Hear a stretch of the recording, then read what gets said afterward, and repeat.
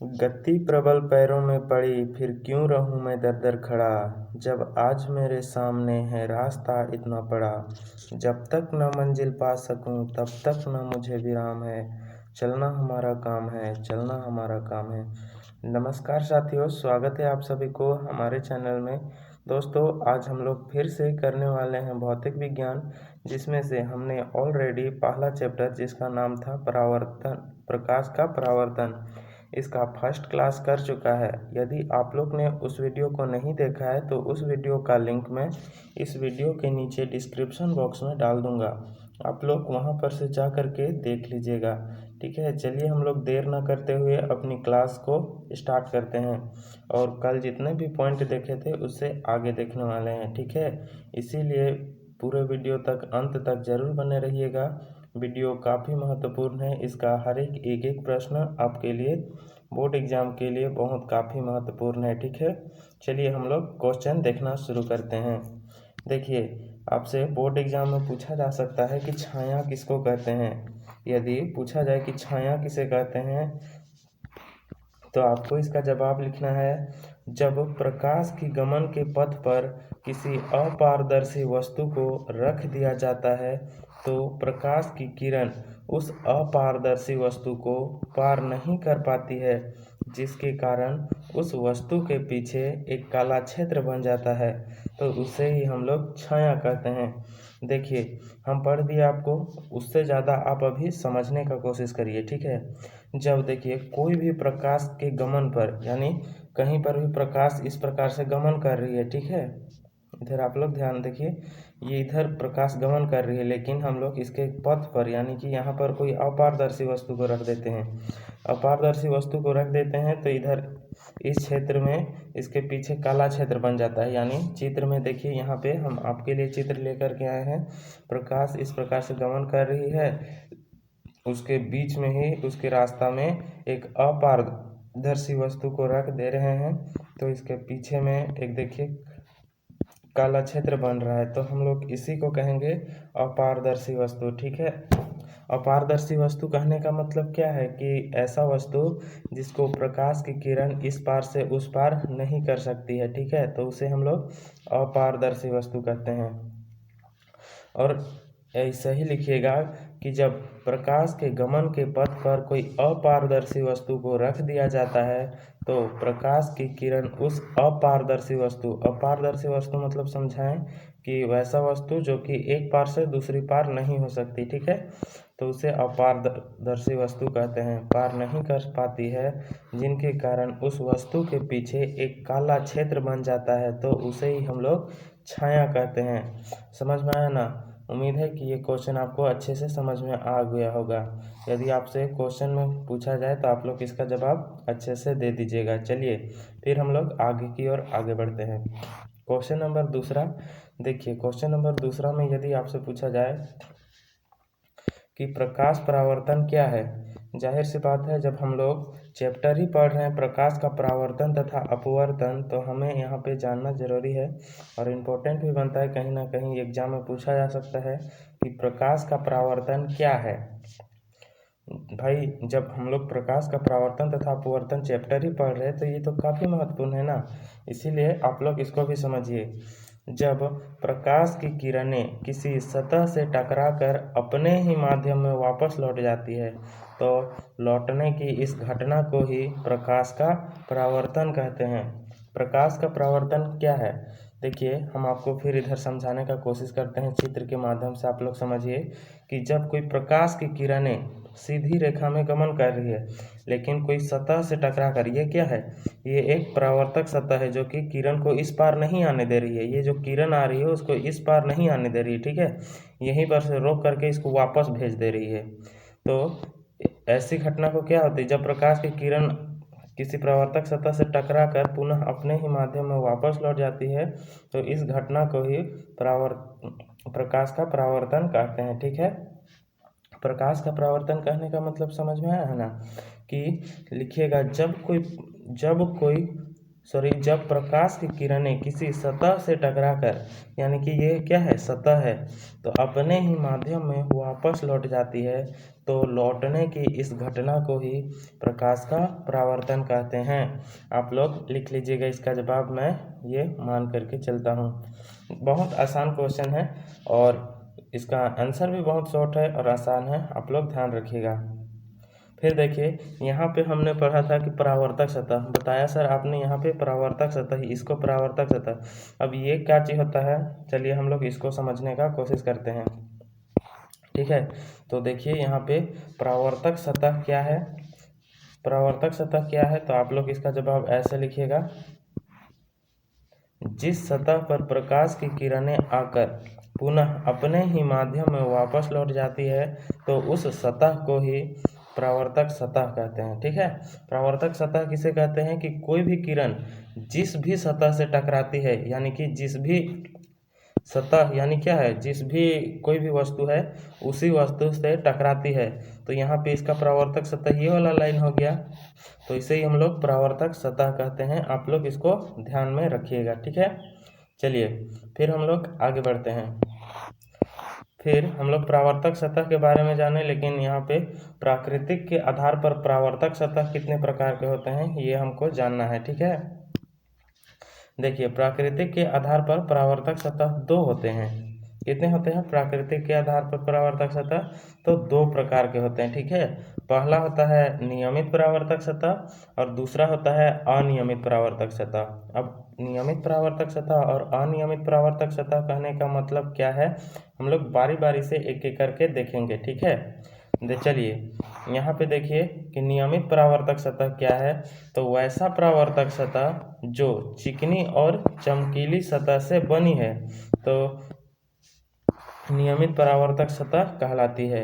यानी कि देखिए नियमित परावर्तक सतह क्या है, ऐसे परावर्तक सतह जो चिकनी और चमकीली सतह से बनी है, यानी कि बिल्कुल सीधी रहेगा, इस प्रकार से सीधी रहेगा, तो इसे हम लोग इस परावर्तक सतह को क्या कहेंगे, नियमित परावर्तक सतह। यहाँ पे चित्र में आप लोग देखिए कि नियमित परावर्तक सतह बिल्कुल सीधी है। ठीक है, चलिए फिर हम लोग अनियमित परावर्तक सतह देखेंगे। अनियमित परावर्तक सतह देखिए क्या है कि वैसा परावर्तक सतह क्या है, वैसा परावर्तक सतह जो रुखड़ी और चमकीली सतह से बनी हो, रुखड़ी होना चाहिए लेकिन चमकीली भी होना चाहिए, तो इसे हम लोग अनियमित परावर्तक सतह कहेंगे। ठीक है, अनियमित परावर्तक सतह कहने का मतलब समझ में आया। देखिए यहाँ पे चित्र में टेढ़ी मेढ़ी इस प्रकार से बन रही है, तो इसे हम लोग कहेंगे अनियमित परावर्तक सतह। ठीक है, आप लोग इसका चित्र भी ऐसे बना दीजिएगा यदि आपसे पूछा जाए। ठीक है, चलिए उम्मीद है कि ये भी आपको समझ में आ गया होगा। फिर देखिए अगला देखेंगे प्रकाश के परावर्तन के नियम। प्रकाश के परावर्तन के नियम में कुछ कुछ हम लोग जानने का प्रयास करेंगे कि जब प्रकाश की किरण आती है, टकराती है, और किसको क्या कहते हैं और किसको क्या कहते हैं, ये हमें इसमें देखना है। ठीक है, तो चलिए यहाँ पे आपके लिए सबसे पहले एक चित्र लेकर के आए हैं, इसको समझने का आप लोग कोशिश कीजिए। देखिए प्रकाश के परावर्तन के नियम, इसमें चित्र है और ये परावर्तन की घटना हो रही है, यानी कि प्रकाश की किरण आ रही है और किसी सतह से टकरा करके फिर अपने ही माध्यम में वापस लौट जा रही है, यानी कि परावर्तन की घटना हो रही है। तो यहाँ पे किसको क्या क्या कहते हैं ये हम जानने का कोशिश करते हैं। ठीक है, आप लोग ध्यान से देखिए, यहाँ पे देखिए, यहाँ से प्रकाश की किरण आ रही है। ठीक है, तो प्रकाश की किरण आ रही है तो हम लोग इसको क्या कह रहे हैं, आपतित किरण कहते हैं। ठीक है, जब प्रकाश की किरण किसी सतह पर आती है तो उसे हम लोग आपतित किरण कहते हैं, और यहाँ से टकरा कर अपने ही माध्यम इस तरह वापस लौट जा रही है, तो इसे हम लोग क्या कहेंगे, तो इसे हम लोग कहेंगे परावर्तित किरण। यानी जो आ रही है उस किरण को आपतित किरण, और जो जा रही है उसको हम लोग परावर्तित किरण कहेंगे। ठीक है, और बीच में एक लंब डाल दिया जाता है जिसको हम लोग अभिलंब कहते हैं। बीच में एक अभिलंब डाल दिया जाता है जिसको हम लोग अभिलंब कहते हैं। और यहाँ पर देखिए आपतित किरण, यानी कि यहाँ पे आ रहा है आपतित किरण और बीच से जा रहा है या अभिलंब, यहाँ ये वाला जो कोण बन रहा है उसको हम लोग कहते हैं आपतन कोण। ठीक है, आपतन कोण समझ में है ना, जो आपतित किरण और अभिलंब के बीच में बनता है उसको हम लोग आपतन कोण कहते हैं। इसको हम लोग आई से दिखाते हैं। ठीक है, फिर देखिए जो अभिलंब और परावर्तित किरण के बीच में बनता है जिसको हम लोग कहते हैं परावर्तित किरण, जिसको हम लोग आर के द्वारा दिखाते हैं। ठीक है, यहाँ पे देखिए आप लोग आर के द्वारा हम दिखाए हैं। फिर आपतन बिंदु किसको कहते हैं, यहाँ पे कंफ्यूज नहीं होइएगा कि आपतित किरण सॉरी आपतन कोण और आपतन बिंदु अलग अलग हैं। ठीक है, आपतन कोण कहने का मतलब क्या है, जो आपतित किरण और अभिलंब के बीच में कोण बनता है उसे हम लोग आपतन कोण कहते हैं। लेकिन जो आपतन बिंदु होता है वह जहाँ प्रकाश की किरण आकर के एक बिंदु जिस बिंदु से टकराती है और यहाँ पे लंब भी उसी बिंदु पे डाली जाती है तो उसी को हम लोग आपतन बिंदु कहेंगे। यानी कि जो भी है वह एक ही बिंदु पे जमा हो रही है तो उसे ही हम लोग आपतन बिंदु कहते हैं। ठीक है, और ये वाला पथ को तो परावर्तक सतह कहते हैं, हम आपको पिछले से ही बताते आ रहे हैं। ठीक है, उम्मीद है कि ये चित्र के माध्यम से काफ़ी कुछ आपको समझने को मिला होगा। चलिए फिर हम लोग एक एक करके समझेंगे कि आपतित किरण क्या है, परावर्तित किरण क्या है और आपतन बिंदु क्या है। ये सब जितना भी यहाँ पे चित्र में देखे वो सारे को एक एक करके समझने का कोशिश करते हैं। और कभी कभी आपसे 2 नंबरी क्वेश्चन भी पूछ देता है, इसीलिए इम्पोर्टेंट भी है। ठीक है, चलिए देखिए आपतित किरण किसे कहते हैं। देखिए यहाँ पे आपतित किरण किसे कहते हैं, तो परावर्तक सतह पर आने वाली परावर्तक सतह पर आने वाली किरण को आपतित किरण कहते हैं। यानी कि देखिए यहाँ पे परावर्तक सतह बना है और यहाँ पर जो किरण आ रही है हमने आपको बताया था, तो इसे ही हम लोग क्या कहेंगे, आपतित किरण। ठीक है, आपतित किरण कहेंगे, आप लोग ध्यान रखिएगा। फिर परावर्तित किरण क्या है, अभी बताया था कि चित्र में बताया था ना आपको कि जो परावर्तक सतह से टकरा कर इस प्रकार से वापस लौट जाती है तो इस किरण को ही हम लोग परावर्तित किरण कहते हैं। ठीक है, परावर्तित किरण हमने आपको समझाया था। ठीक है, फिर आपतन बिंदु क्या है, आपतन बिंदु भी आपको बताए थे। यहाँ पे देखिए कि जिस बिंदु पर आपतित किरण, परावर्तित किरण और अभिलंब होता है तो उसे ही हम लोग आपतन बिंदु कहते हैं। ठीक है, यहाँ पे देखिए यहाँ चित्र में देखिए हमने बताया था ना कि इस बिंदु को ही हम लोग आपतन बिंदु कहते हैं। उम्मीद है कि समझ में आया होगा कि आपतन बिंदु भी क्या है। तो इसका जवाब भी लिखिएगा। देखिए कि परावर्तक सतह के जिस बिंदु पर आपतित किरण आती है उस बिंदु को ही आपतन बिंदु कहते हैं। ठीक है, चलिए फिर हम लोग आगे देखते हैं। देखिए फिर अभिलंब क्या है, अभिलंब भी बताया हमने कि जो अभिलंब होता है वह आपतन बिंदु पर डाला गया लंब। यानी कि देखिए यहाँ आपतन बिंदु यहाँ होता है तो इसमें जो डाला गया लंब होता है ये वाला, तो उसी को हम लोग अभिलंब कहते हैं इसको। ठीक है, आप लोग ध्यान में रखिएगा। फिर आपतन कोण किसे कहते हैं, आपतन कोण भी बताया था कि जो अभिलंब, देखिए आपतन कोण में क्या बताया था, ये परावर्तक सतह है, इसमें ऐसे डाला गया है और यहाँ पे एक लंब है। ठीक है, आपतन कोण किसको कहते हैं, जो आपतित किरण है ये वाला किरण और ये अभिलंब के बीच में जो कोण बनता है उसी को हम लोग आपतन कोण कहते हैं और इसको आई के द्वारा दिखाते हैं। ठीक है, हम आपको अच्छे से बताए थे। और परावर्तन कोण किसको कहते हैं, परावर्तन कोण, तो यहाँ पर जो कोण बनता है उसको हम लोग परावर्तन कोण कहते हैं। ठीक है, यहाँ जो अभिलंब और परावर्तित किरण के बीच में जो कोण बनता है उसे ही हम लोग परावर्तन कोण कहते हैं, इसको आर से दिखाते हैं। तो यहाँ पे देखिए परावर्तन कोण भी आपको समझाए थे कि परावर्तन कोण परावर्तित किरण और अभिलंब के बीच बना कोण परावर्तन कोण कहते हैं, इसे आर के द्वारा सूचित करते हैं। ठीक है, परावर्तन कोण भी आपको समझ में आया है। यदि जितना भी हम आपको बताएं उतना सारा चीज़ आपको अच्छे से समझ में आया है तो इससे रिलेटेड आपसे कभी क्वेश्चन पूछता है, इसीलिए हम आपके लिए क्वेश्चन लेकर के आए हैं। ठीक है, देखिए और आपको अपने से इसका जवाब देने का प्रयास करना है। चित्र के माध्यम से प्रदर्शित करें, यानी कि यहाँ पे आपको क्वेश्चन दे देगा, उसको एक आपको प्रकाश का परावर्तन की घटना बनानी है और उसमें आपको बताना है कि कौन परावर्तक सतह है, कौन आपतित किरण है कि कौन परावर्तित किरण है, आपतन बिंदु, ये सारी चीज़ आपको समझाना होगा, लिखना होगा। ठीक है। तो देखिए पहला में आपको बनाना है कि परावर्तक सतह क्या है। परावर्तक सतह तो आप इसको चित्र में बनाइएगा। देखिए हम आपको पहला नंबर में बना दिए हैं कि परावर्तक सतह, ये वाली जो सतह को हम लोग परावर्तक सतह कहते हैं, ठीक है। फिर दूसरा है देखिए आपतित किरण। आपतित किरण बना दीजिएगा, परावर्तक सतह एक बनाइएगा और उसमें आपतित किरण को आपको दर्शा देना है, ठीक है। यहाँ पे हम आपके लिए दर्शाएं दूसरा नंबर में आपतित किरण को। फिर तीसरा में देखिए परावर्तित किरण। परावर्तित किरण का भी चित्र बनाइएगा और आपतन बिंदु का भी और अभिलंब का भी और आपतन कोण का और परावर्तन कोण का, ये सारे बनाइएगा। देखिए हम आपको एक एक करके यहाँ पे बना दिए हैं, आप लोग ध्यान दीजिए और ये खुद से करने का प्रयास करिएगा, ठीक है। यहाँ पे देखिए हम तीसरा बनाए थे परावर्तित किरण बनाए थे, फिर चौथा में बनाए थे आपतन बिंदु, ये वाला बिंदु को हम लोग आपतन बिंदु कहते हैं। फिर पांचवा में बनाए थे यहाँ पे अभिलंब, जो कि आपतन बिंदु पर डाला गया लंब होता है उसे अभिलंब कहते हैं, ये वाला बनाए थे। फिर आपतन बिंदु ये अभिलंब है और यहाँ पे जो कोण बन रहा है उसे ही हम लोग आपतन कोण कह रहे हैं और ये भी अभिलंब है। अरे यार ये पेन नहीं पकड़ा। यहाँ पे ये अभिलंब है और यहाँ पे जो कोण बन रहा है उसको हम लोग परावर्तन कोण कहते हैं, आर से दिखाते हैं हम। ये सारी चीज़ आपको अच्छे से बताए थे, ठीक है। चलिए फिर हम लोग आगे बढ़ते हैं। देखिए प्रकाश परावर्तन के कितने नियम हैं। काफ़ी VVI क्वेश्चन, VVI लगा लीजिए इसके सामने, क्योंकि ये क्वेश्चन आपको देखने को इस साल भी मिल सकता है, ठीक है। इसके सामने आप लोग VVI लगा लीजिए और याद ही कर लीजिए ये क्वेश्चन को, क्योंकि काफ़ी महत्वपूर्ण क्वेश्चन है, इस बार भी पूछे जाने की काफ़ी संभावना है, ठीक है। कि प्रकाश का परावर्तन के कितने नियम हैं, आपसे पूछा जा सकता है। VVI लगा लीजिए इसके सामने, ठीक है।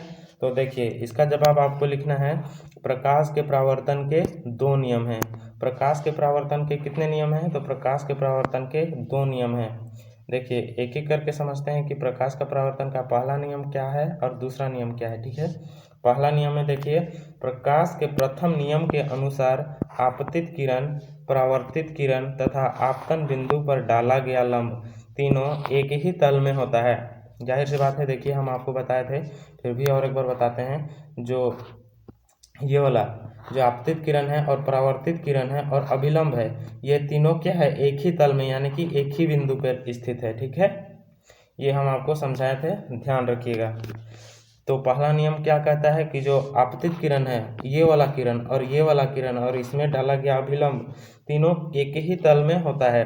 आप लोग इसका जवाब लिखिएगा, काफ़ी आसान भाषा में लिखने का आपका यहाँ पे कोशिश किए थे हम, और आप भी देखिएगा आसान ही है, ठीक है। फिर दूसरा क्या कहता है कि प्रकाश परावर्तन के द्वितीय नियम के अनुसार आपतन कोण परावर्तन कोण और आपतन कोण परावर्तन कोण आपस में बराबर होते हैं, जबकि आपतन कोण को I के द्वारा सूचित किया करते हैं तथा परावर्तन कोण को R के द्वारा सूचित करते हैं, ठीक है।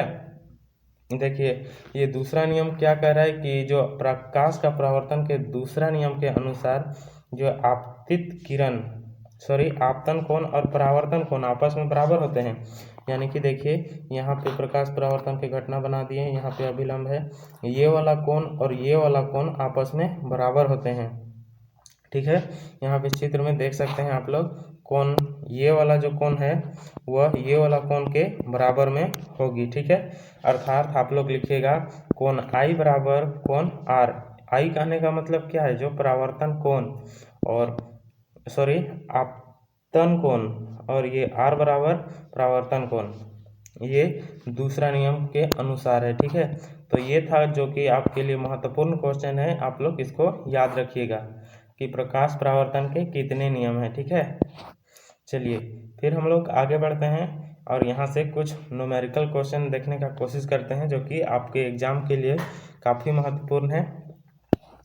देखिए क्वेश्चन है, देखिए क्या कह रहा है कि यदि आपतित किरण परावर्तक सतह से 35 डिग्री का कोण बना रहा है। देखिए कहीं से आपतित किरण आ रही है, यानी कि किरण आ रही है और यहाँ पर 35 डिग्री का कोण बना रही है, तो बताइए कि आपतन तो यहाँ पे बताइए आपतन कोण कितना होगा। आप सभी को बताना है कि आपतन कोण कितना होगा, जो कि आपतन कोण कहाँ पे बनेगा, यहाँ पे बनेगा।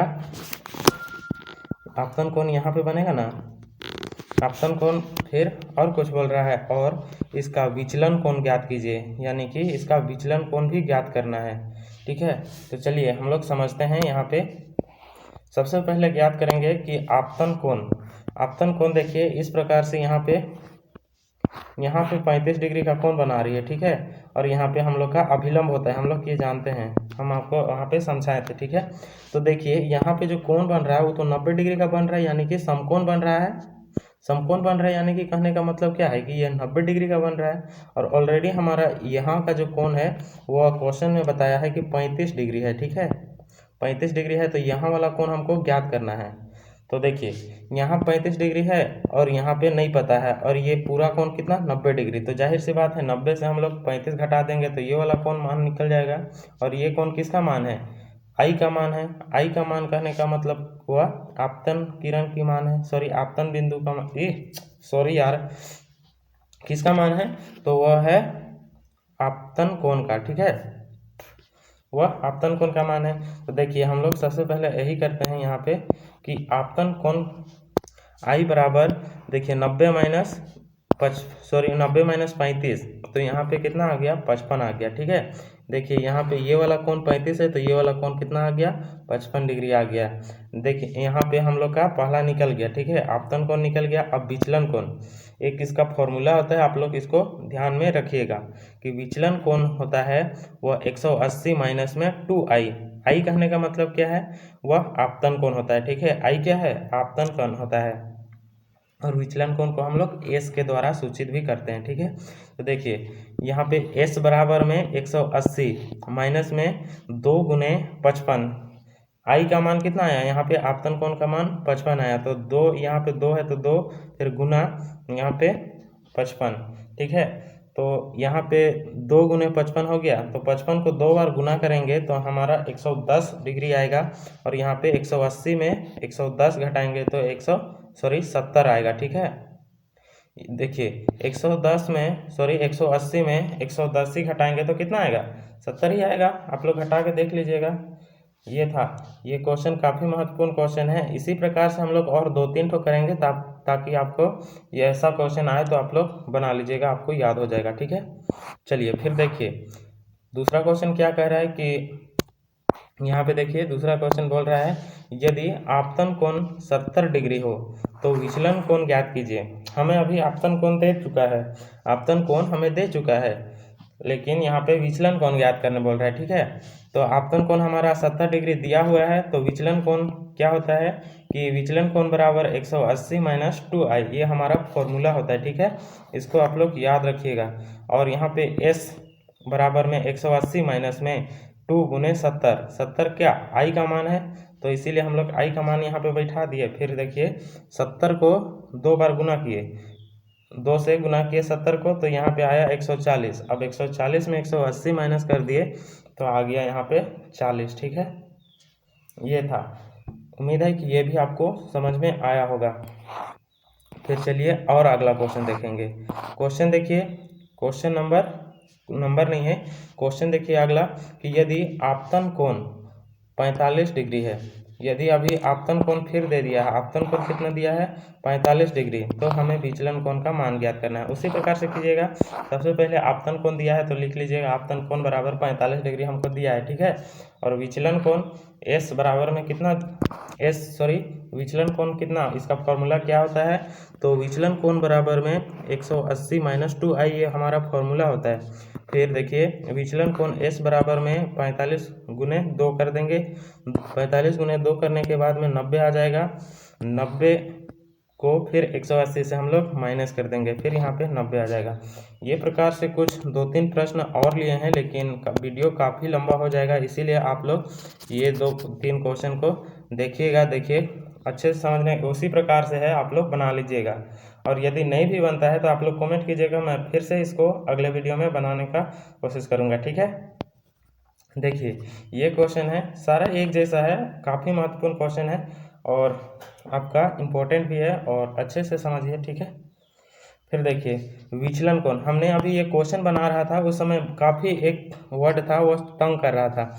ये विचलन कोण आखिर में होता क्या है, हमने तो उससे पहले नहीं पढ़ा, लेकिन यहाँ पे क्वेश्चन जो पढ़ रहा था तो ये विचलन कोण काफ़ी तंग कर रहा था, ठीक है। इसका मतलब समझ में नहीं आ रहा था, तो हम लोग अभी विचलन कोण के बारे में समझते हैं। देखिए विचलन कोण क्या होता है, तो यहाँ पे आप लोग लिखिएगा कि आपतित किरण के बढ़ाए गए भाग से परावर्तित किरण तक जो कोण बनता है उसे ही हम लोग विचलन कोण कहते हैं। यानी कि देखिए आपतित किरण के बढ़ाए गए भाग से, यहाँ पे आपतित किरण है, एक्चुअली में इसको निकल जाना था इधर, लेकिन यह परावर्तक सतह बीच में आकर के क्या इसको टकरा दे दिया और इसको वापस लौटा दिया, तो यहाँ और यहाँ के जो कोण बन रहा है तो उसे ही हम लोग विचलन कोण कहेंगे, ठीक है। इसको हम लोग क्या कहेंगे, विचलन कोण कहेंगे। आप लोग ध्यान रखिएगा, इसका जवाब भी ऐसे ही लिखिएगा कि आपतित किरण के बढ़ाए गए भाग से जो कोण बनता है उसे ही हम लोग विचलन कोण कहते हैं। ये दो प्रकार से बनता है, देखिए ये दो प्रकार से बनता है ऐसे, एक तो ऐसे बनेगा या तो ये वाला ऐसे जाके ऐसे बनेगा, घड़ी की दिशा में या घड़ी के विपरीत दिशा में, ठीक है। तो यदि घड़ी की दिशा में है, इस प्रकार से बन रहा है, तो इसका अलग फॉर्मूला हो जाता है। यदि देखिए यहाँ पे इस प्रकार से बन रहा है कोण, तो इसका फॉर्मूला अलग है 180 + 2i, और इस प्रकार से बन रहा है तो 180 - 2i हो जाएगा, ठीक है। आप लोग ध्यान में रखिएगा। फिर देखिए हम लोग देखेंगे कि वस्तु क्या है, लेकिन वीडियो काफ़ी लंबा हो जा रहा है, इसीलिए हम लोग आज इतना ही देखते हैं और हम लोग नेक्स्ट वीडियो में देखने का कोशिश करेंगे। इसीलिए हमारे द्वारा हर एक दिया गया वीडियो को पूरा देखिएगा ताकि आपका एग्जाम में धुआं तैयारी को कर सके, ठीक है। चलिए फिर आज के लिए इतना ही, फिर मिलेंगे आपसे नेक्स्ट वीडियो के साथ में। तब तक के लिए पढ़ते रहिए, हंसते रहिए, मुस्कुराते रहिए और अपने अगल बगल के सभी दोस्तों को पढ़ाने का पूरा कोशिश करिए। जय हिंद, वंदे मातरम, जय झारखंड।